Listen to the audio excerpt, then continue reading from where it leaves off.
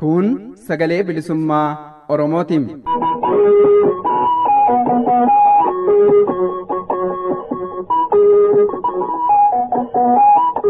Sagaleen bilisummaa Oromoo dambalii gabaabaa meetir baandii 19 kiiloo heerzii 15,420 irratti jimaataa fi dilbata galgala sa'aatii 8 haga sa'aatii 8 walakkaatti afaan Oromootiin roobii ammoo galgala sa'aatii 8 haga sa'aatii 9tti afaan Oromootiin wal duraa duubaan qophiilee dabarsuu amma jalqabama.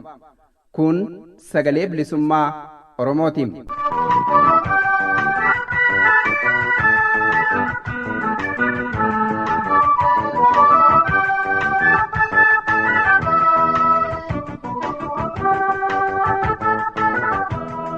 kabajamtoota dhaggeeffattoota keenya akkam jirtu nagaan keenya kabajaa bakka jirtan maratti sinaa raqqabu keessummeessaan keessan irraan murataa sabaati sagantaa sagalee bilisummaa Oromoo galgala har'aa keessatti qophiilee adda addaa qabannee dhiyaannee jirra jalqaba oduutu isiniif dhiyaata. Oduttaan sun Baha Wallaggaa fi Horroo Guduruu Wallaggaa keessatti dhumaatii uummataa dhaqqabaa jiru irratti ijoo dubbii adda bilisummaa Oromoo sadaasa 19 bara 2022 guyyaa kaleessaa ba'ee isiniif dhiyeessina. Xumura irratti immoo haaluma godinoota Horroo Guduruu Wallaggaa fi Wallagga Bahaa keessa jiru irratti jiraataa naannoo tokko kanaas ofsiifnee irra deebiin gama keessaniin geenya. Jalqabaa hanga xumuraatti nu wajjin tura isiniin jechaa amma gama oduutti isin dabarsina.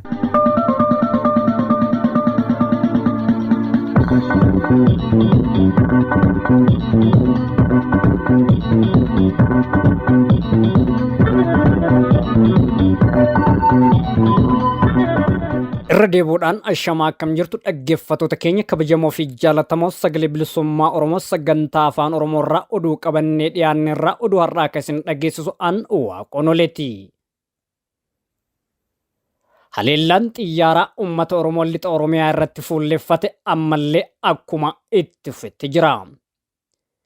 Akka odeessi maddeenii addeessutti guyyaa har'aa sadaasa 20,2022 lixa Oromiyaa godina Wallaggaa lixaa Onabeegiin naannoo addaa Lophii jedhamutti murni shororkeessaa biltsiginnaa xayyaaraan uummata nagaa haleelaa jira.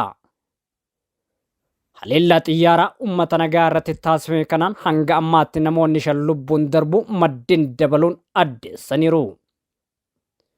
Sadaasa 16,2022 godina lixa Shaggar Ona Amboo Waddeessatti haleellaa xiyyaaraa mootummaa biltsiginnaan fudhatameen namoonni 19 yoo ajjeefaman 24 madaa'aniiru. Sadaasa 15,2022 godina Kaaba Shaggar Darraa iddoo addaa Raachoo Barreessaa jedhamutti uummata midhaan haamatee tuuluuf guuraa ture irratti rukuttaa xiyyaaraa raawwatameen namoonni 34 yoo du'an 41 ol madaa'aniiru. Sadaasa 14,2022 haleellaa xiyyaaraa yeroo sadaffaaf godina lixa Shaggar Coobii bakka Addis Katamaa yookaan dhaaba Doddoqqeetti geggeesseen namoonni sibiilii 49 yoo du'an 67 ol madaa'aniiru.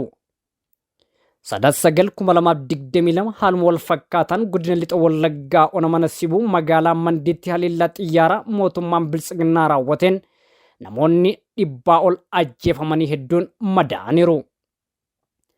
Sadaasa 2,2022 godina lixa Wallaggaa Ona Boojii Birmajii magaalaa Biilaatti rukuttaa xiyyaaraa lammiilee sibiilii irratti mootummaan biltsiginnaa raawwateen namoonni 80 ol ajjeefamanii dhibbootaan madaa'aniiru. Uummata keenya irratti duguuggaa sanyiitu raawwatamaa waan ta'eef uummanni ajjeefamaa jirtan eeggumsa keessan cimsadhaa. Oromoon keessaa fi alaa ammoo dhumaa jirraa nuuf birmadhaa. Addunyaatti nuuf iyyaa jechuun maddi sagalee bilisummaa Oromoo dhaamsa isaa dabarfateera.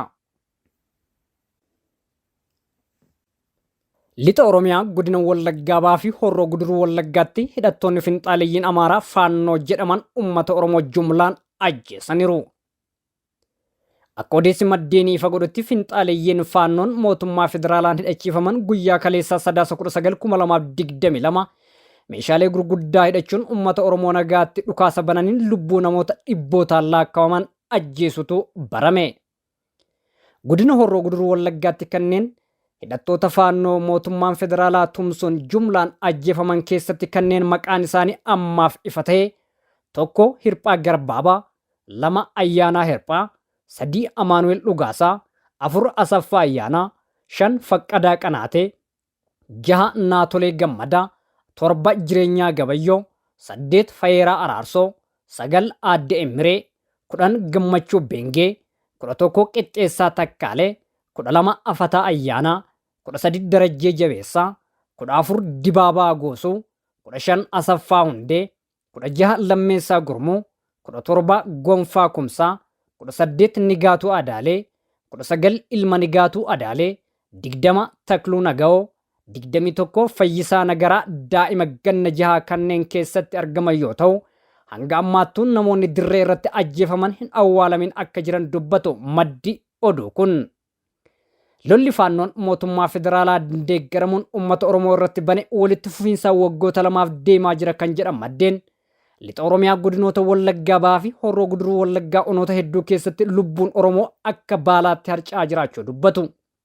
Akka kanaan waggoota lamaan kana keessatti lubbuun ilmaan Oromoo kumootaan lakkaa'amu ajjeefame, kuma kudhanootaan lakkaa'amu baqachiifame, qabeenyaan uummataa miliyoonotaan lakkaa'amu qe'ee waliin barbadaa'eera. Horiin uummataa finxaaliyyii saamtotaan saamameera. Badiin guddaan gurraaf dhagahuun namatti hin tolamne Oromoo lixaa irratti raawwatameera. Sababa neetwoorkiin hin jirree fi uwwisa miidiyaa hin qabneef dhageettiin keenya dhabame malee duguuggaa sanyiitu nurratti geggeeffamaa jira jedhu maddeen. Qe'een Oromoo ibiddaan barbadeeffamaa jiraachuu maddeen ibsan. Godina Horroo Guduruu Wallaggaa ona Jaardagaa Jaartee magaalaa Aliibootti gaafa 3/16/2022 hidhattoonni finxaaliyyiin Amaaraa mootummaa federaalaa Itiyoophiyaan deeggaraman guutummaan guututti sadarkaa jedhamuun magaalaa Aliiboo ibiddaan barbadeessaniiru jedhu jiraattonni. Egaan dhaggeeffattoota keenya kabajamoo fi jaallatamoo sagalee bilisummaa Oromoo sagantaa afaan Oromoorraa oduun har'aaf qabannee dhiyaanne kan hanga ammaatti qophiilee keenya afaan waliin turte gaarii.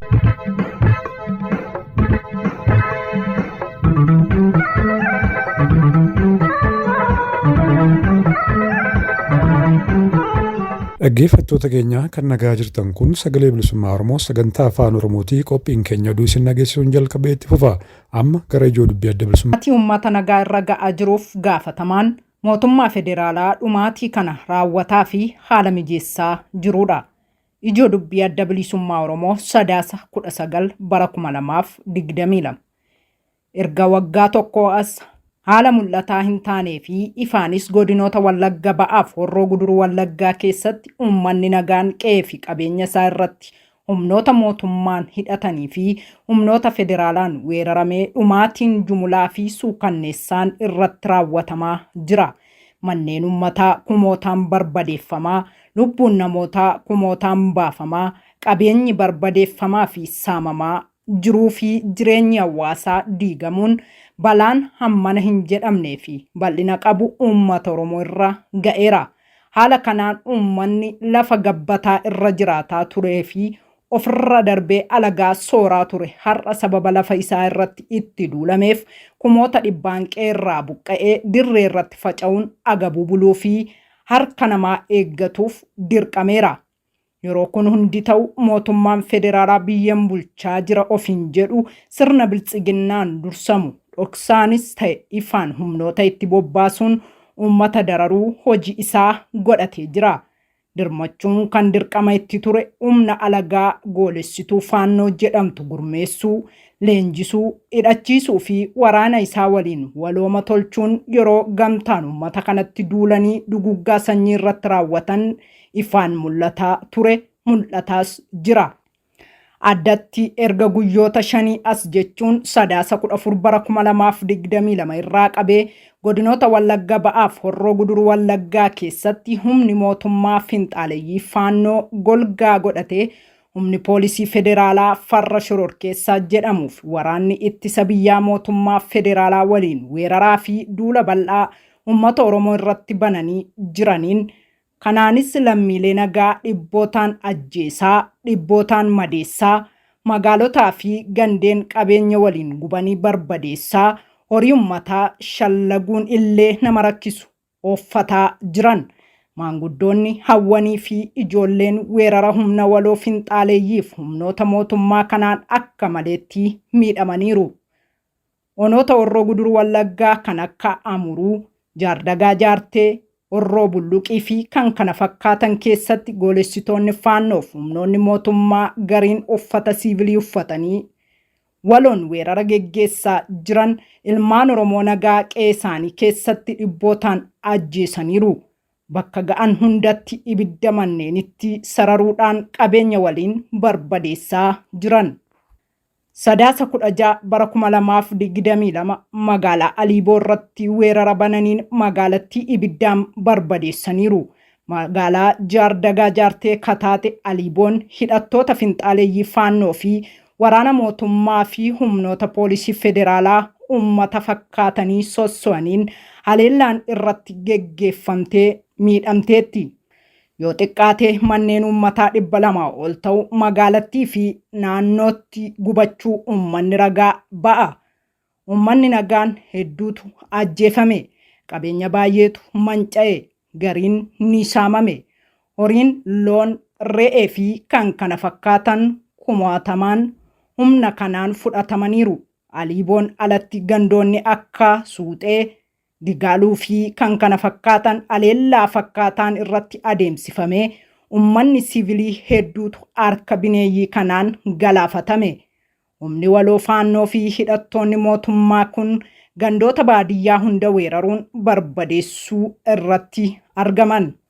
Humni goolessitootaa uummata Oromoo jilbeenfachiisuu fi akka sabaatti lafarraa fixuuf sagantaa mootummaan sosso'aa jiran kun duguggaa sanyii saba Oromoo irratti raawwataa jiran itti fufuun Sadaasa 18 bara 2022 godina Ba'aa Wallaggaa Ona Kiiramuu irratti lola bal'aa bananiin magaalaa Kiiramuu guutuutti goolaniiru. Uummata nagaa irratti duguggaa sanyii raawwataa akka jiran odeessi ba'u ni hubachiisa. Kanneen magaalaa Kiiramuu irratti lola bal'aa uummata nagaa irratti banuun duguggaa sanyii Oromoo irratti raawwataa jiran kun goolessitoota faannoo waraana ittisa biyyaa fi poolisoota federaalaa farra riphee lolaa jedhaman ta'uu odeessi jiru ni addeessa. Magaalaan Kiiramuu haala ulfaataa keessatti kuftee jirti.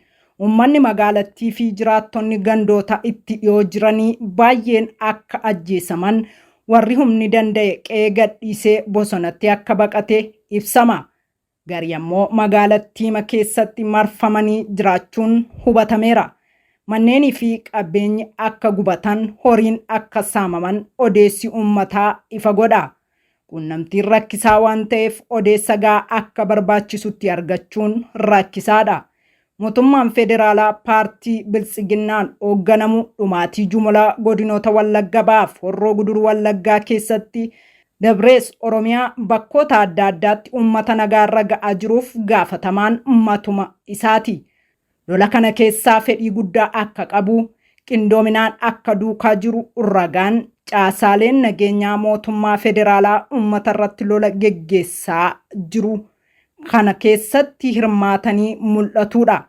Bulchiinsii fi kaabinooti godinaas humnoota goolessitoota uummata irratti lola geggeessan kanaaf haala mijeessaa akka turanii fi jiran uummatatu dubbataa jira.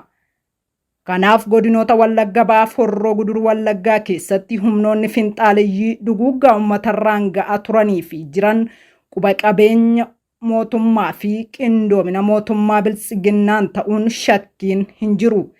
Caasaan nageenyaa mootummichaa, hidhattoonni sirnichaa haga waraana ittisa biyyaattii fi humni poolisii federaalaa huccuu siivilii uffatanii goolessituu faannoon waliin ijaaramanii fi waliin weerara geggeessaa jiran harki mootummaa federaalaa keessa jiraachuu mirkaneessa. Kanaaf mootummaan Biltsiginnaa gaafatama jalaa kan miliqu miti. Dhumarratti uummanni keenya kan keessaa fi alaa waa tokko qalbifatuu qaba. Oromoon walii isaa malee kabiraa hin qabu. Gaafa rakkoos gaafa bal'oos isumatu waliif jiraachuu qaba. Waan kana ta'eef uummata keenya qeessaa gubbaatti humna alagaan weeraramee akka baalaa harcaa jiruu fi kumoota dhibbaan baqatee dirreetti hafuuf dirqameef dirmatuu qaba. Sagalee ta'uu fi qabaa jenna. Duguuggaa sanyii dhoksaatti mootummaan uummata keenya irratti deemsisaa jiru kana karaa danda'ame hundaan ija hawaasaaf mootummoota addunyaatti baasaa jenna. Injifannoo uummata bal'aaf adda bilisummaa Oromoo 9/19/2022 Finfinnee.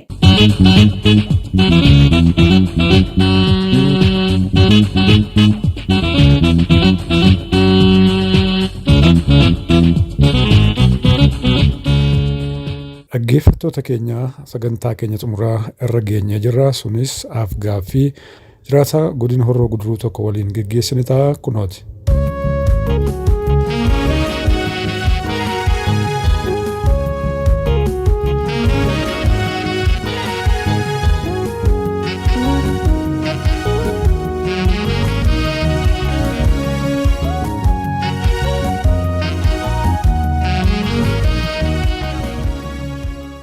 Kan si bilbilaa jirru sagalee bilisummaa Oromoo sagantaa afaan Oromoo irraati. Eeshi. Ayyamamaa taatee sagalee uummata kee ta'u faalota keessa jirtanii addunyaa dhaqqabsiisuuf miidiyaa keenya wajjin dubbachuudhaaf yeroo kee waan nu laatteef dursee galatoomi jedha. Eeshi, isinis galatooma waan kana naa beellamtaniif. Ayyee ulfaadhu egaanii haalli godina Wallagga ba'aa Horroo Guduruu Wallaggaa haalonni aanaa achi keessa jiran irratti haalonni jiranii ulfaatoo fi yaaddessoo akka ta'anii uummanni haala rakkisaa keessa akka jiru manni isaa gubataa akka jiru qeerraa buqqaa ajjeefamaa akka jirudha odeessa ka qabnu mee wanti kun hammam dhugaadha yoo dhugaadha ta'e godinoota kana jalaa aanota kam gandoota kam keessatti adeemsifamaa jira. Eeshi galatooma kanatti fufeeni. Ayyee. Duraan dursa jaardagaa kan jedhamtu jaarmat magaala jaarmat duwwaa tokko keessatti kan raawwate. Horroo Guduruu Wallaggaa jalaa magaalattiin. Horroo Guduruu Wallaggaa taateeti. Ayyee. Aanaa jaardagaa jaarteedha. Gandittiin akka maayii baasii wayiiti. Tolee maaltu ta'e mee? Achitti egaa buqqaatii guddaa ta'e. Eenyu qaamni buqqaasu kun? Warra finxaaleyyii mootummaa wajjin wal ta'aniiti wantichi. Finxaaleyyii Amaaraa fi qaama mootummaatu wal ta'eeti jechuudha. Gamumaa dhufaniiti walii birmataniiti uummata kana fonqolchani. Mee haalli kun dhugaa dubbachuu fi aanota kana godinoota kana jala aanota hedduu keessatti adeemsifamuu jalqabuunsaa amma gara waggootaaf deema. Durumaanis ka jiru ta'eetu jiru garuu addatti akka aaraatti adeemsifamuutti ka'umsaa haalaan ulfaataa ta'uunsaa amma waggaatti adeemaa jiran fakkaata yoon dogoggoruu baadhimee inni ammaa kunoo addatti maaltu ta'e yoomii jalqabeeti wanti adeemsifamaa jiru kun. Kun egaa fulbaana bultii 12 qabeeti. Eeyyee kan ammaa ka gidduu kana addatti buqqaatiin ajjechaan manni gubachuun adeemsifame guyyaa 2-3 kanaa ka jedhamudha odeessinuu qabnu mee yoomii qabeeti. Ela kuni fulbaana bultii 11 galgalaa jalqabeeti.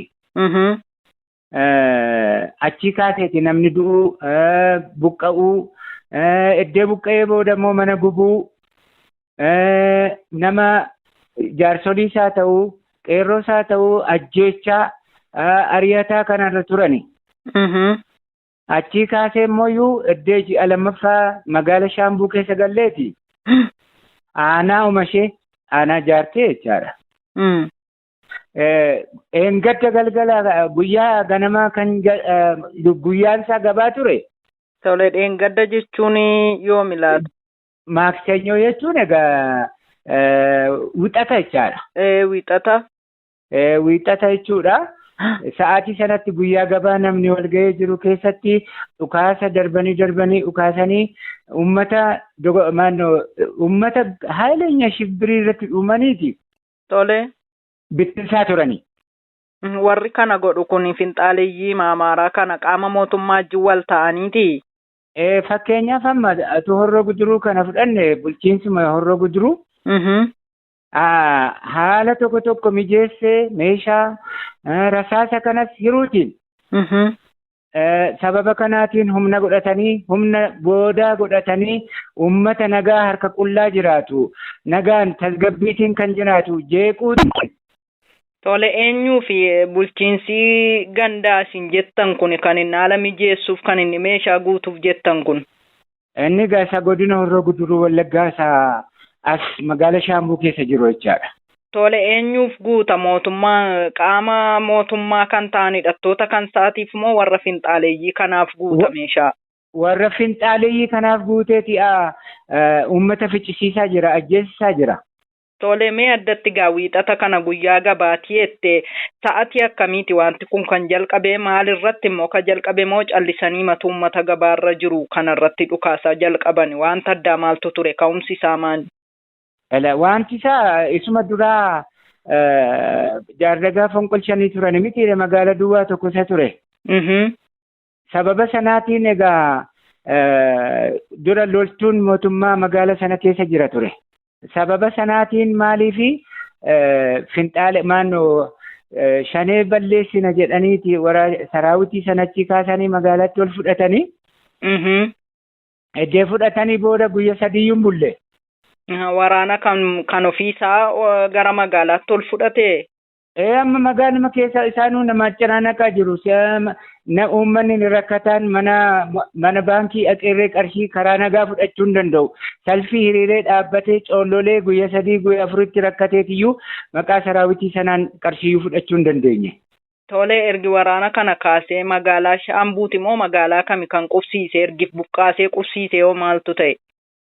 Achumatti eddee isaan buqqa'anii achi qusatanii booda warri finxaaleeyyii kun jarreen sun warri meeshaa qabatanii loltuun bilchiginnaa Shaambuu waanta galaniifi. Magaalaa Shaambuu galanii isaan? Magaalaa Shaambuu galanii karuma warri finxaaleeyyii magaala jaarmat qabattee jirtu achumarra walii galteetiin bira qaxxaamuranii karaa daandii dheeraa galanii Shaambuu galuu danda'aniiru. Sababa kanaatti ijaa loltuun suni ka'e immoo magaalittii Aliboo sana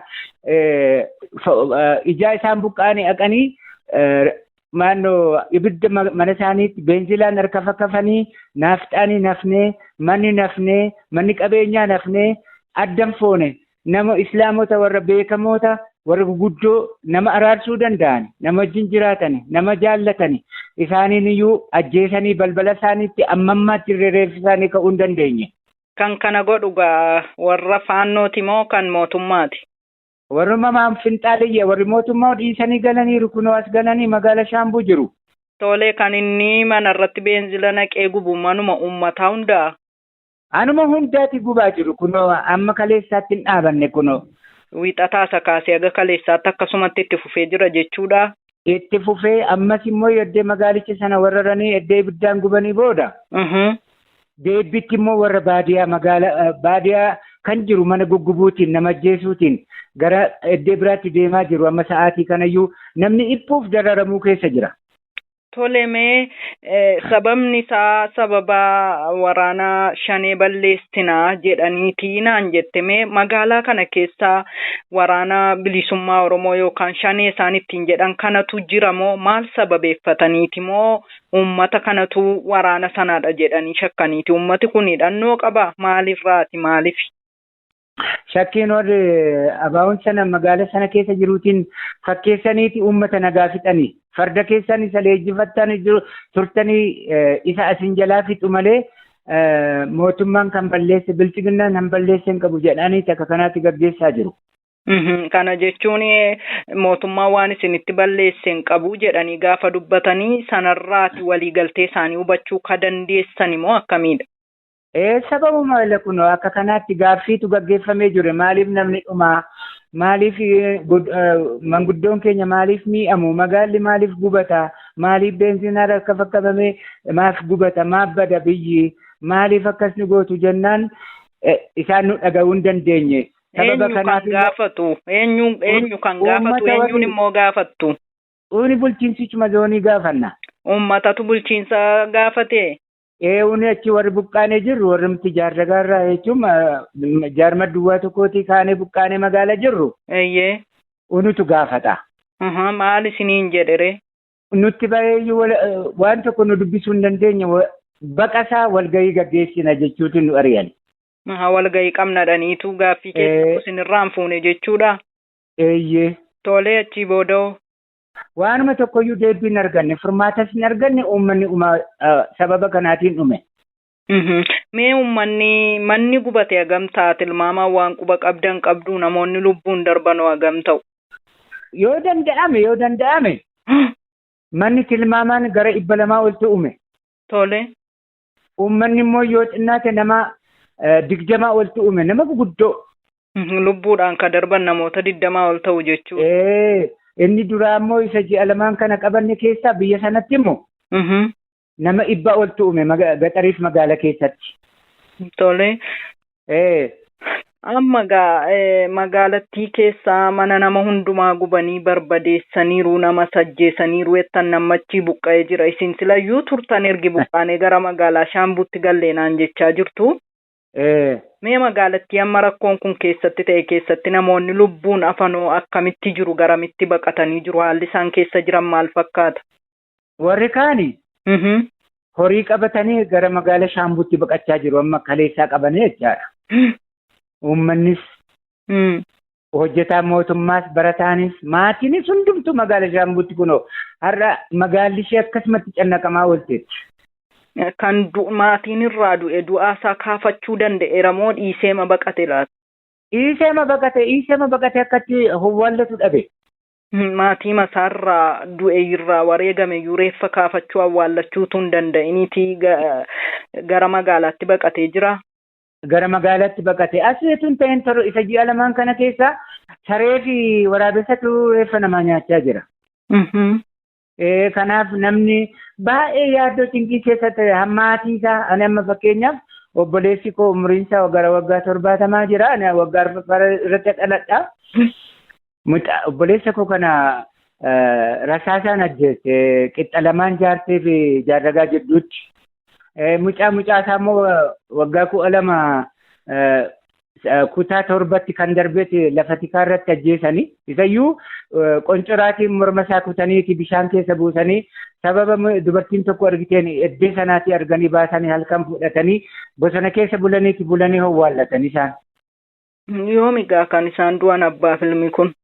Fulbaana bultii 14 tokkoffaa jechaadha 2015 boodaa isaa kan maanis gaddaa keessa turre. Guyyaa tokkichaa kan isaan du'an. Ollaatis namni biraan miidhameera ammas iddoo biraati ganda tokko keessaa nama 5tu miidhame guyyaa sanatti. Mee gaalli finxaaleeyyii kun yeroo tokko haaluma ilaalaa jirruunis gabaasaa nu dhaqqabaa jiruunis haalli kun haala falmii lafaa fakkaata maleessaa waan biraaf miti komii biraa walirraa hin qabnu jedhu uummanni yeroo baay'ee gabaasaa kan nu laatanii haalli isaan deemaa jiraniif kun akkatti tilmaamtetti akka argaa jirtanitti maal fakkaata? Kun gosaan fakkaatu maaliif saneema lafarraa finna jedhaniitti fiigaa jiru malee waan tokko gosaa mitan ilaallatu hin qabu. Fakkeenyaaf ani amma waanuma hundumaa gargaaraan ture. Wal ammanneeti jirra tokkummaatiin jiraachaa turre. Kuni gosummaatu ta'e amma kana wajjin teenyee jiraachuu hin dandeenye walitti buuna ture. Isaan hedduma almost kan isaan dhufanii Haaroo kan jedhamudha. Kiiramuurraatis dhufu ammas Guttinirraa dhufu Buree Goojjamirraa dhufu qumxaa uffataniiti bireenii loltuu keessaas kan badanii itti makamanii leenjisanii uummata keenyatti kan bobbaasan jiru. Sababa kanaati malee gosummaa hin qabu kuni. Gosummaa ammayyuu hin qabu. Tole ulfaadhu yaada sagalee bilisummaa Oromoof laattee fi galanni kee bilisummaa ta'u ulfaadhu. Ameen. Atis galatoom. Egaan dhaggeeffattoota keenya jalqabarraa hanga xumuraatti nu wajjin taatanii sagantaa keenya waan hordoftaniif guddoo galatoomaa. Sagantaa itti aanuun hanga walitti deemnutti nagaan nuuf turaa injifannoo uummata Oromoof.